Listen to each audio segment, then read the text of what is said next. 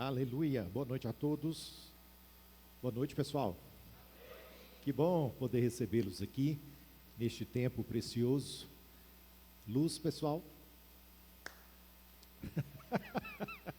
Boa noite. Que Deus alcance o seu coração de uma maneira muito especial. A você que nos acompanha aí na nossa plataforma digital, que bom poder recebê-lo também através aí do nosso canal do YouTube. Eu espero que vocês tenham passado uma virada de ano inesquecível. Se você passou conosco lá na concha acústica, né, no primeiro Vira Cabrobó, eu tenho certeza que você recebeu da parte de Deus algo muito especial, porque foi algo assim exclusivo da parte de Deus. Aproximadamente 1.000 pessoas, quase 1.000 pessoas participaram conosco ali na concha acústica e foi um tempo muito gostoso. 4 vidas entregaram o coração a Jesus em pleno 31 de dezembro. Estas pessoas realmente começaram bem o ano, né? Entregando a sua vida a Jesus, o seu coração a Jesus.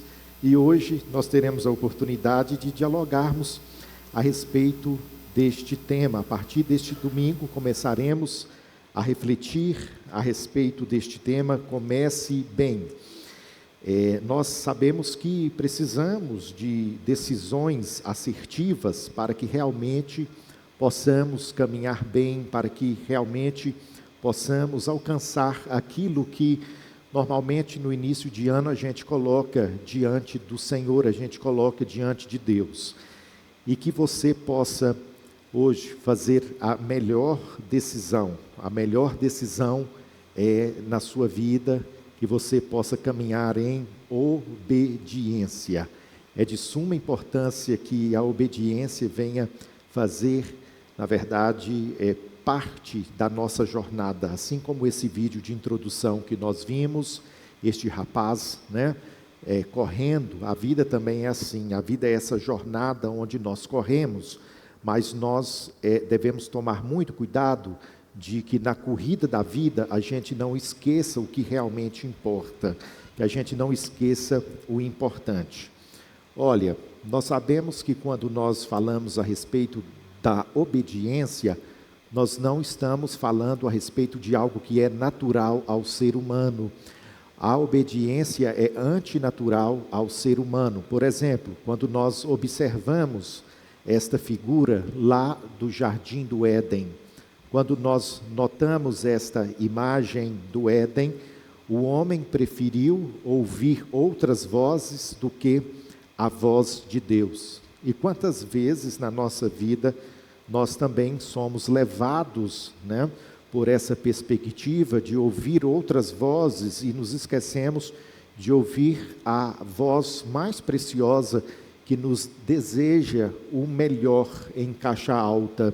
Às vezes nós ouvimos a voz do nosso próprio eu, a voz da nossa própria vontade, a voz daquilo que nós projetamos para nós mesmos, mas através dessa série de mensagens, comece bem, eu preciso que você entenda que outras vozes, elas não vão representar o melhor para a sua vida. A única voz que representa o melhor para a sua vida é a voz de Deus. Então, como eu disse agora há pouco, desde o Éden nós compreendemos que é antinatural o homem obedecer. Então, a obediência não é um instinto do ser humano, pelo contrário, o instinto do ser humano é a desobediência. Nós não temos o instinto da obediência. Por exemplo, hoje eu vou acordar e vou obedecer a Deus. Nós temos uma tendência de desobedecermos a Deus.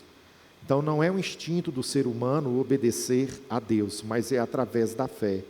Nós só vamos conseguir obedecer a Deus, dentro de todos os parâmetros que Ele deseja para nós, se nós realmente percorrermos, né, a jornada da fé, e é somente através da fé que nós conseguimos obedecer a Deus. Não tem outro ambiente, não tem outro lugar que a gente consiga obedecer a Deus se não for através da fé. O teólogo John Stott diz que obedecer é a resposta visível de uma fé invisível. Ou seja, a fé é a antessala da obediência. Se você realmente deseja viver essa vida como resposta à obediência a Deus, você precisa exercer a fé.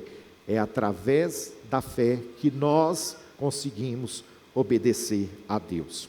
Abra sua Bíblia em Gênesis, no capítulo 22, dos versículos 1 a 14. Vou tirar o costume de vocês um pouquinho da tela. Vou pedir para você abrir a sua Bíblia.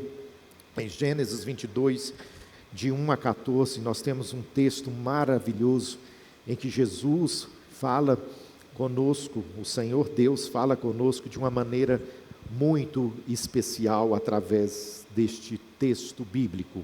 Gênesis 22, a partir do versículo 1, dê aí uns 180 graus e observe se tem alguém sem a Bíblia e partilhe com esta pessoa o texto da palavra nesta noite. O texto bíblico diz assim: algum tempo depois, Deus pôs Abraão à prova. Deus chamou. Sim, respondeu Abraão, aqui estou. Deus disse: tome seu filho, seu único filho Isaque, a quem você tanto ama, e vá à terra de Moriá. Lá, em um dos montes que eu lhe mostrarei, ofereça-o como holocausto. Na manhã seguinte, Abraão se levantou cedo e preparou seu jumento. Levou consigo 2 de seus servos e seu filho Isaque. Cortou lenha para o fogo do holocausto e partiu para o lugar que Deus tinha indicado. No 3º dia da viagem, Abraão levantou os olhos e viu o lugar de longe. Fiquem aqui com o jumento, disse ele aos seus servos. O rapaz e eu iremos mais adiante. Vamos adorar e depois voltaremos. Abraão pôs a lenha para o holocausto nos ombros de Isaque, e ele próprio levou o fogo e a faca. Enquanto os dois caminhavam juntos, Isaque se virou para Abraão e disse: Pai, sim, meu filho. Respondeu Abraão: temos fogo e lenha, disse Isaque, mas onde está o cordeiro para o holocausto? Deus providenciará o cordeiro para o holocausto, meu filho, respondeu Abraão. E continuaram a caminhar juntos. Quando chegaram ao lugar que Deus havia indicado, Abraão construiu um altar e arrumou a lenha sobre ele. Em seguida, amarrou seu filho Isaque e o colocou no altar sobre a lenha. Então, pegou a faca para sacrificar o filho. Nesse momento, o anjo do Senhor o chamou do céu: Abrão, Abrão, aqui estou, respondeu Abrão. Não toque no rapaz, disse o anjo, não lhe faça mal algum. Agora sei que você teme a Deus de fato. Não me negou nem mesmo seu filho, seu único filho. Versículo 13. Então Abrão levantou os olhos e viu um carneiro preso pelos chifres num arbusto. Pegou o carneiro e ofereceu como holocausto em lugar do filho. 14 e último. Abraão chamou aquele lugar de Javé-Jirê. Até hoje as pessoas usam este nome como provérbio: no monte do Senhor se providenciará. Nós estamos diante de um texto que talvez muitos de vocês já tenham o conhecimento de um homem chamado Abrão, o qual Deus chama este homem na terra de Ur dos Caldeus e faz uma promessa para este homem de que ele seria pai de multidões e o Senhor lhe daria uma terra, a chamada Terra Prometida. E neste percurso da jornada de Abrão, este homem e a sua mulher Sarai tinham filhos, e Deus havia feito a promessa de dar filhos para este casal. Depois de 20 anos em que Deus faz a promessa, então nós vemos o cumprimento da promessa. Abraão estava de lua de mel com Deus. Depois de 20 anos, a promessa agora se cumpriu. Nós não temos apenas a figura de um filho, nós temos a materialização da fidelidade de Deus na vida deste homem. nós vemos a promessa agora em carne. Nós vemos esta promessa caminhando no quintal da casa de Abrão. Está tudo muito perfeito para esta família, está tudo muito perfeito para Abrão. E é nesse cenário que aparentemente tudo está no seu devido lugar, em que os seus olhos enxergam o cumprimento da promessa, que Deus começa a agir, não para destruir a promessa que ele havia prometido e havia concretizado, mas para reordenar o coração de Abrão.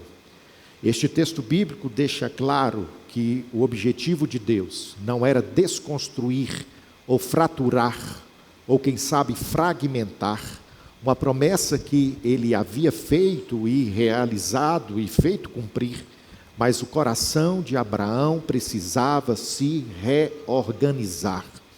E neste início de ano, Deus nos traz aqui para que possamos ter a eminente compreensão de que o nosso coração, ele precisa se organizar. Se nós realmente desejamos começar bem o ano de 2026, o nosso coração precisa estar realinhado com a vontade de Deus. Aparentemente você olha à sua volta e enxerga tudo na mais perfeita ordem, mas o seu coração está desorganizado. E eu vejo a obediência, que é o primeiro degrau desta nossa série de mensagens, eu vejo a obediência como um mecanismo de Deus. Eu vejo a obediência como um método de Deus, como um meio de Deus, por exemplo, para desconstruir ídolos. Quantas vezes nós permitimos que ídolos vão se apossando do nosso coração, ídolos vão tomando o trono do nosso coração, e Deus usa o percurso da obediência para que reavaliemos o nosso homem interior e enxerguemos aquilo que muitas vezes impede a manifestação daquilo que Deus pretende fazer no nosso ano de 2026. Quando nós lemos o texto bíblico que diz assim em Gênesis 22, 2: tome teu filho, seu único filho Isaque. Se você não conhece a história, eu disse a você agora há pouco na introdução, que este filho é resultado de uma promessa, e logo após 20 anos, sabe aquele momento que nós esperamos por algo que nós tanto gostaríamos, que nós geramos expectativa e perspectiva no nosso coração, a gente deita e sonha com aquilo, a gente faz projetos com aquele sonho que está nas entranhas da nossa alma.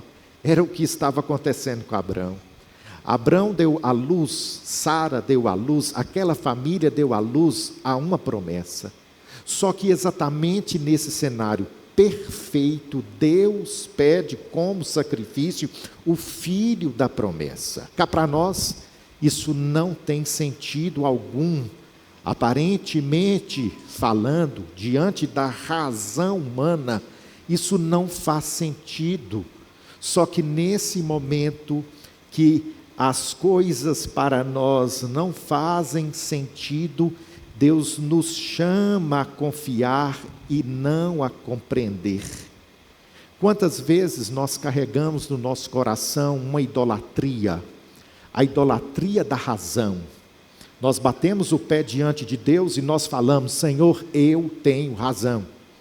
Eu me recordo de um jovem pastor que conta o seu testemunho quando seu pai pastoreava uma cidade no norte do Brasil, e esta igreja estava fazendo um trabalho com uma comunidade carente, e em um destes cultos de missões, aquela comunidade veio até a igreja, e o filho do pastor havia ganhado uma bicicleta novinha, aquela bicicleta do sonho, que quando a gente é adolescente, a gente tem aquele desejo, quem sabe era um final de ano, quem sabe era uma data natalina. E então, no meio daquele evento em que as pessoas daquela comunidade vieram até a igreja, um jovenzinho daquela comunidade viu o filho do pastor com aquela bicicleta e ele ficou ansioso e querendo possuir aquela bicicleta, mas ele não tinha condição de comprar aquela bicicleta. O pastor então nota, o pai deste jovem pastor observa aquela cena e chama o seu filho e diz: filho, hoje é culto de missões, e você sabe que normalmente no culto de missões nós convidamos a igreja para depositar no altar aquilo que a igreja define como algo de valor para o seu coração. E eu gostaria de fazer um convite a você, filho, que você entregasse a sua bicicleta, para que essa bicicleta pudesse abençoar este jovenzinho que está vindo dessa comunidade carente. Aquele jovem, quando escutou isso do seu pai, ele deu um brado: não, eu não vou entregar a minha bicicleta, não, eu acabei de ganhar a minha bicicleta e eu não vou entregar essa bicicleta que eu acabei de ganhar. Depois então de muita insistência, o pai pega ali a mão daquele filho que estava preso àquela bicicleta e vai abrindo dedinho por dedinho e tirando daquela bicicleta, dizendo a ele: você não tem razão, eu vou comprar uma outra bicicleta para você, mas você vai abençoar esta criança com esta bicicleta. E quantas vezes Deus precisa fazer desta mesma maneira conosco, desta mesma forma conosco. Deus precisa ir tirando dedinho por dedinho, e Deus vai nos ensinando que nem sempre nós temos razão, mas nós endeusamos a nossa razão e deixamos preso no nosso coração, enquanto nós não entendermos que obedecemos porque confiamos, não porque compreendemos, nós não vamos sair deste lugar que provoca a falta de experiência com Deus. Você obedece é porque você confia, não porque você compreende. Nem tudo na sua vida você vai compreender, mas você vai precisar obedecer. Não vamos romantizar o ano de 2026. Por mais que declaremos que será o melhor ano da nossa vida, vai ser o melhor ano da nossa casa, da nossa família, mas nós não podemos romantizar, porque nós não conhecemos o que acontecerá amanhã. Nós não temos o conhecimento do que acontecerá no próximo dia, mas se nós não entendermos, nós temos que obedecer e deixar de lado a nossa razão. Quando Abraão, então, ele ouve a voz do Senhor, o Senhor está querendo tratar algo no coração de Abraão. Abraão, eu sei que você tem razão. Abraão tinha razão. Ele poderia chegar diante de Deus e falar: Deus, ele é o filho da promessa. 20 anos não são 2 dias, Deus. Não são 2 meses, não são 2 semanas, são 20 anos esperando essa promessa. E o Senhor está pedindo com que eu pegue a minha promessa e leve para Moriá para sacrificar. Abraão tinha razão, só que Deus estava tratando com o coração de Abraão, e Deus deseja tratar com o seu coração, que se apega às suas razões. Nem sempre você vai entender, mas você vai precisar obedecer.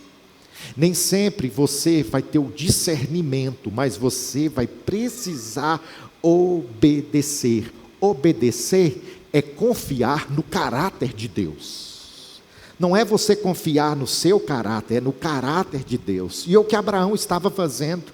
Deus, eu tenho razão, o Senhor está me pedindo o filho da promessa, mas eu vou confiar no caráter do Senhor. Então Deus está nos chamando nesse início de ano: confie no meu caráter. Quando nós observamos ainda este texto bíblico, o texto vai dizer assim, a quem você tanto ama. Deixa eu chamar a sua atenção para esse texto.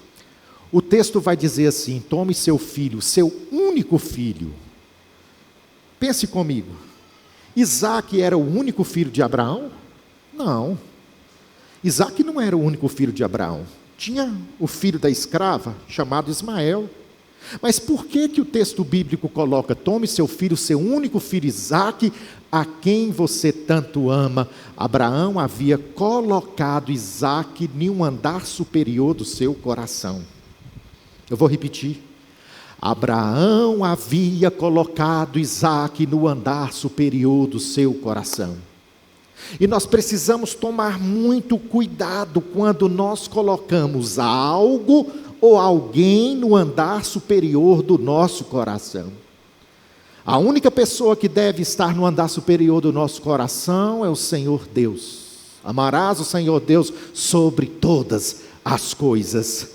Aí Deus toca na ferida de Abraão. Você sabe que Deus pode tocar na sua ferida se você colocar algo ou alguém no andar superior do seu coração. Deus pode tocar em relacionamentos que estão no andar superior do seu coração e deixando Deus para trás. Deus pode tocar nos seus bens, se os seus bens estiverem no andar superior do seu coração e o Deus sendo deixado para trás. Deus pode tocar na sua carreira, se a sua carreira estiver no andar superior do seu coração. Deus pode tocar nos seus projetos, se os seus projetos estiverem no andar superior do seu coração. Deus aqui, Ele não está querendo tirar Isaque de Abraão. Deus está querendo reordenar os amores do coração de Abraão. Deus está querendo reorganizar os amores do coração de Abraão. Meu querido irmão, quantas vezes nós carregamos a idolatria dos afetos? Quantas vezes existem coisas e pessoas tomando lugar que não deveria tomar, que é o lugar de Deus?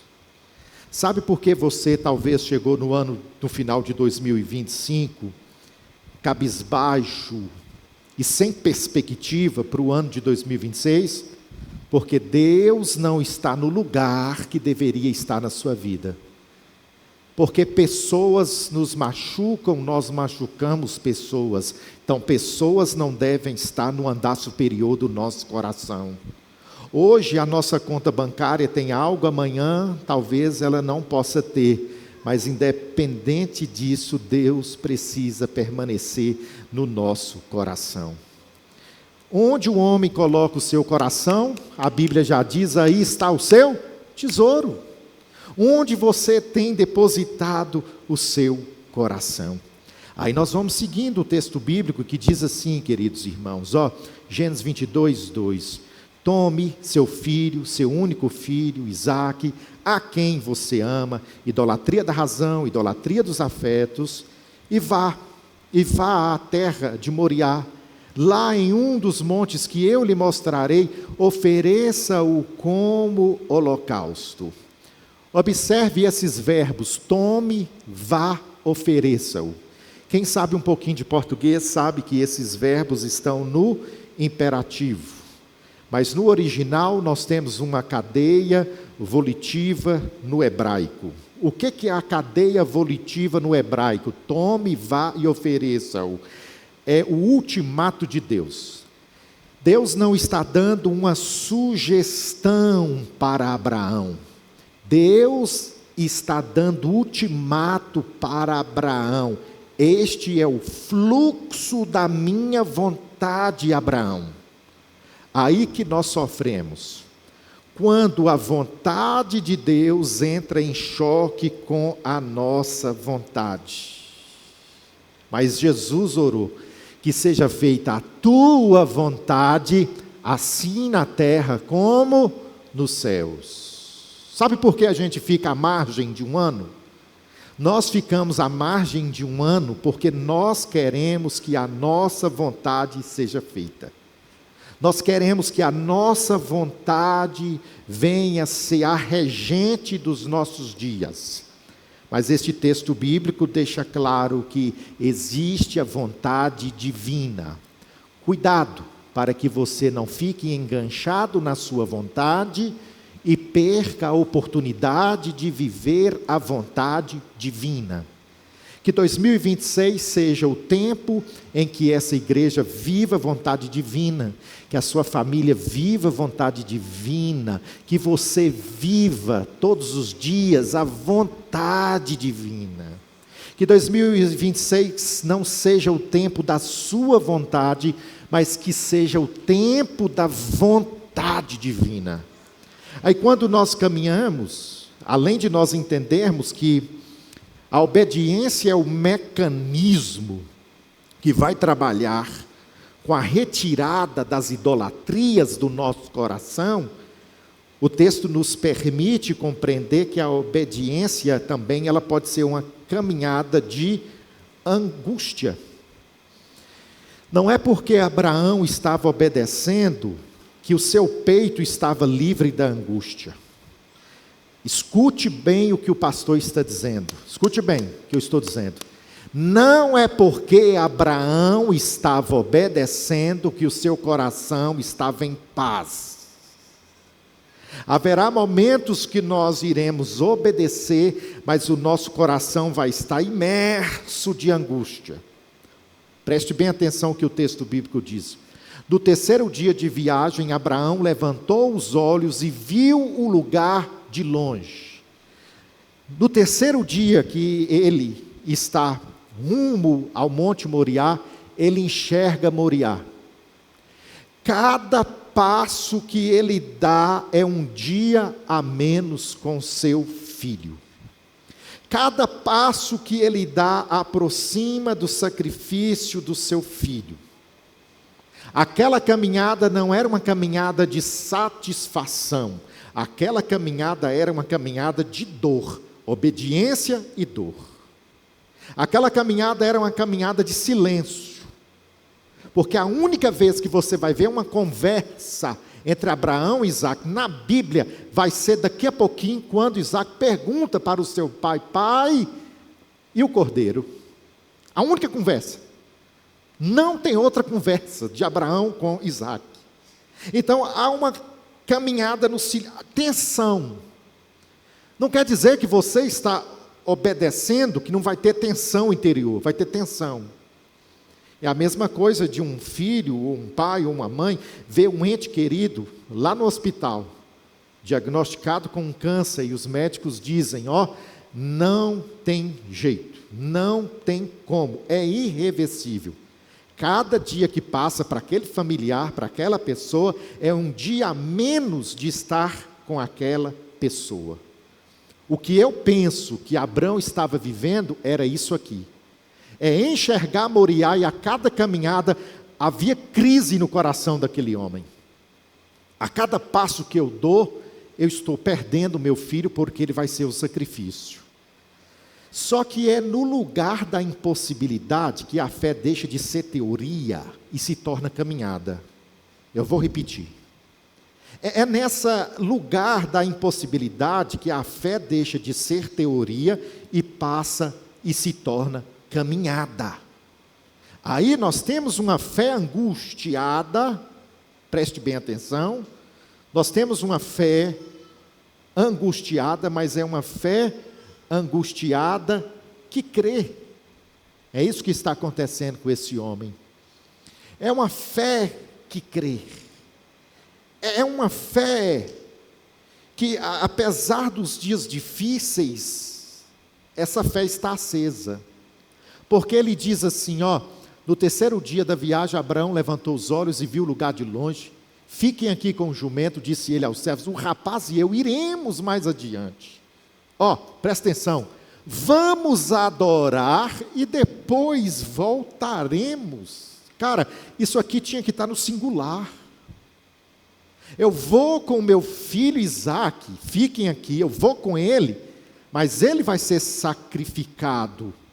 Eu volto, mas olha a fé desse homem, a fé angustiada que crê. Nós vamos, mas nós voltaremos. Isso é uma fé que crê. Nós temos a primeira manifestação da doutrina da ressurreição no Antigo Testamento. Porque ele está a caminho de Moriá, mas ele crê que mesmo que o seu filho fosse morto, o seu filho podia ressuscitar.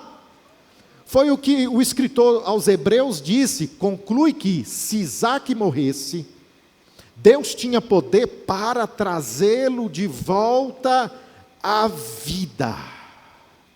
Aí eu pergunto para você nesta noite, o que é esse casamento fracassado e morto, que Deus não pode ressuscitar? O que é essa vida financeira a frangalhos que Deus não possa ressuscitar? O que é esses relacionamentos quebrados que Deus não possa ressuscitar? O que é o ultimato, a palavra de um médico que Deus não possa reverter? Se Deus ressuscita os mortos, Deus pode mudar qualquer situação. A fé daquele homem é uma fé angustiada, mas é uma fé que crê. Não quer dizer que eu sou uma pessoa de fé, que o meu coração vai estar totalmente em paz, não. O meu coração pode estar atribulado, mas eu creio que Deus tem o poder de entrar naquela causa. Às vezes a gente chega aqui, pessoal, a gente não tem forças nem para cantar com o pessoal do louvor. Às vezes a gente chega aqui e fala: Senhor, dá graça para que eu levante as mãos. Senhor, me dá vontade de ficar sentado quietinho, só ouvindo o pessoal cantar. É ou não é assim? É assim. É uma fé angustiada, mas é uma fé angustiada que preferiu vir para este lugar do que ficar em casa. É uma fé angustiada que preferiu vir aqui, estar com a sua comunidade da fé, do que ficar debaixo de um cobertor dizendo: ó céus, ó vida, ó morte, ó azar. É uma fé que crê, é uma fé que está acesa.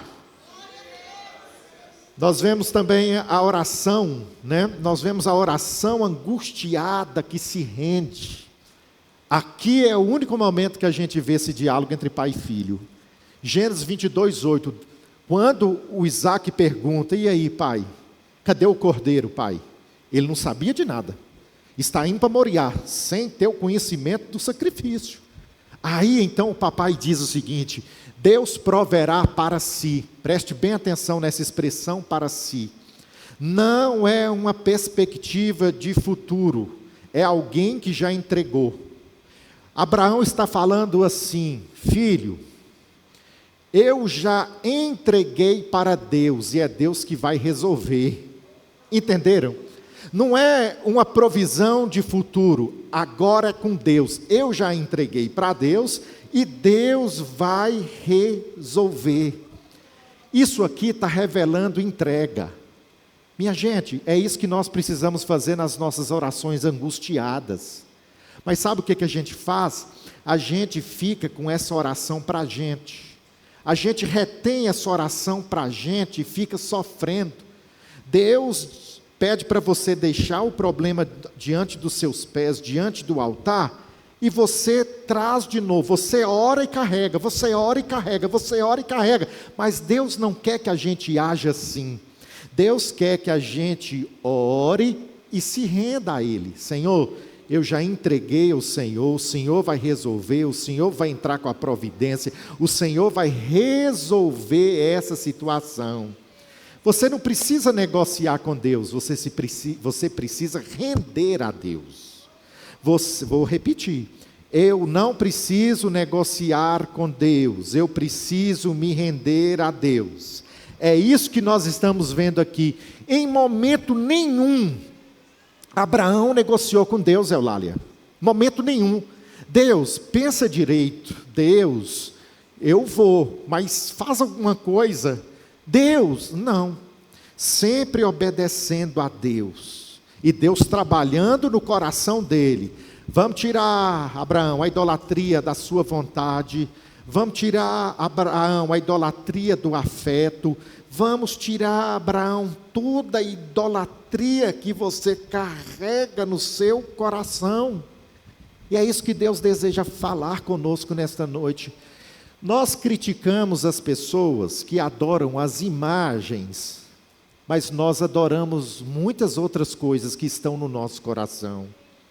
E mais perigoso do que a imagem é aquilo que nós moldamos dentro do nosso interior. A imagem muitas vezes está do lado de fora, e às vezes não está do lado de dentro, mas muitas vezes nós moldamos muitas coisas dentro do nosso coração. Uma coisa não justifica a outra, mas Deus nos convida a tirar os ídolos do nosso coração. Deus nos convida nessa noite a entregar a Ele o que já deveria estar no altar. É isso que eu vejo na vida desse homem. Este menino já estava no altar antes de estar em Moriá. Olha, querido, o Isaac já estava no altar antes de ir para Moriá. É uma entrega de dentro para fora. Aí nós entendemos que a obediência é este meio que Deus trabalha para retirar os ídolos do nosso coração. A obediência é este caminho de angústia, mas a minha fé angustiada é uma fé que crê, a minha oração é uma oração angustiada que se rende, mas a obediência tem algo espetacular. Foi o que aconteceu com as 4 pessoas na virada do ano. Elas ouviram a voz do Senhor e obedeceram ao Senhor, e elas tiveram um encontro com Jesus. E é isso que o texto bíblico nos mostra. A obediência como encontro com Jesus. Gênesis 22, 11 e 12 diz assim: mas o anjo do Senhor bradou desde os céus e disse, presta atenção, o que é o anjo do Senhor? A tradição cristã, teologicamente falando, endereça esse anjo do Senhor à pessoa de Cristo. Na teologia, nós chamamos isso aqui de cristofania, a manifestação de Cristo no Antigo Testamento. Mas o anjo do Senhor bradou desde os céus e disse, então quem é o anjo do Senhor aqui? Jesus. Jesus bradou, e Jesus disse, Abraão, Abraão. Ele respondeu, eis-me aqui. Então disse, não, Abraão, Jesus disse. Foi Jesus no Antigo Testamento, viu? Presta atenção. Jesus no Antigo Testamento. Ele respondeu, eis-me aqui. Então disse, não estendas a mão sobre o menino, e nada lhe faças, pois agora sei que temes a Deus, porquanto não me negaste. O segundo, da Trindade, Jesus disse o seguinte, você não me negou o teu filho, o teu único filho. Olha que imagem linda, gente, que você vai ver aqui. Enquanto ele estava com a faca para sacrificar o menino, Jesus se manifesta a ele e diz, Abraão, não precisa sacrificar o menino, sabe por quê? Eu vou trocar de lugar com ele. Abraão, não precisa sacrificar o menino, porque eu sou o sacrifício de Deus. Não precisa sacrificar o menino, porque eu vou morrer no lugar dele. Que coisa espetacular! A obediência nos leva ao encontro com Jesus. Preste bem atenção, irmãos. A obediência nos leva ao encontro com Jesus. Se você obedecesse atentamente, ouvires a minha voz, você vai usufruir, não apenas do melhor dessa terra, mas do melhor da eternidade. Porque a eternidade tem 2 extremos. O pior da eternidade, que é a falta da presença de Deus, irmã Alessandra, e tem o melhor da eternidade, que é a presença de Deus. O que é que você quer? Meu querido, eu quero estar no melhor da eternidade, que é estar com Deus. A obediência vai tratar com os ídolos do seu coração. Hoje Deus deseja tirar os ídolos do seu coração. A obediência não é um caminho largo não, Gleicinho. Ah, pastor, eu estou obedecendo a Deus. Não é que tudo vai estar tranquilo, não. Não. A obediência muitas vezes vai doer, mas eu vou estar ao lado de Jesus. A obediência vai doer. Filhos que aceitaram também esses dias, casal abençoado que aceitou esses dias também. Obedecer a Deus, está tudo tranquilo. Não, vai doer. Mas vou estar ao lado de Jesus, porque a obediência nos leva ao encontro com Jesus. Abraão teve um encontro com Jesus no Antigo Testamento. Você hoje pode ter um encontro com Jesus, e quando você se encontra com Ele, Ele diz assim para você, eu vou assumir o seu lugar. E Ele já fez isso há mais de 2000 anos atrás. Jesus morreu na cruz do Calvário para que nós pudéssemos ter vida e vida em abundância, para que os nossos pecados fossem perdoados, nós pudéssemos ser limpos. nenhuma cédula de pecado mais é contra nós, porque Jesus rasgou na cruz do Calvário. Sabe, nas vendas, aqui ainda tem, na capital não tem, acho que Petrolina também não tem, mas aqui em Cabrobó tem. Tem umas fichinhas, né? Você chega lá na venda, aí o pessoal anota, né? Aqui vou anotar, tal, vou anotar, tal. Ô, Fernando, mês que vem eu pago, né? Aí vai ficando seu nome pendurado lá, tal, fica pendurado lá seu nome, tal. Seu nome estava assim diante de Deus: pecado tal, pecado tal, pecado tal, pecado tal, pecado tal, pecado tal, pecado tal. Aí vai só aumentando a folha, né? Vai só aumentando o rolo, vai só aumentando o rolo. Aí quando Jesus foi na cruz, ele pegou essa lista, irmão, e fez assim, ó, rasgou tudo, porque já não há mais condenação para os que estão em Cristo Jesus. Não tem mais débito. Ah, fulano, eu vim aqui pagar. Não tem mais não. Por quê? Jesus pagou tudo. Aí eu não preciso ir para outro lugar. Eu vou pagar um sacrifício, vou sair daqui de Cabrobó e andar não sei quantos quilômetros lá para Juazeiro. Para quê? Jesus já fez. Para quê? Jesus já fez. Jesus já fez na cruz do Calvário. Eu vou subir as escadas. Para quê? Jesus já fez. Não é obra sua, é obra da cruz. É obra do sacrifício do Filho.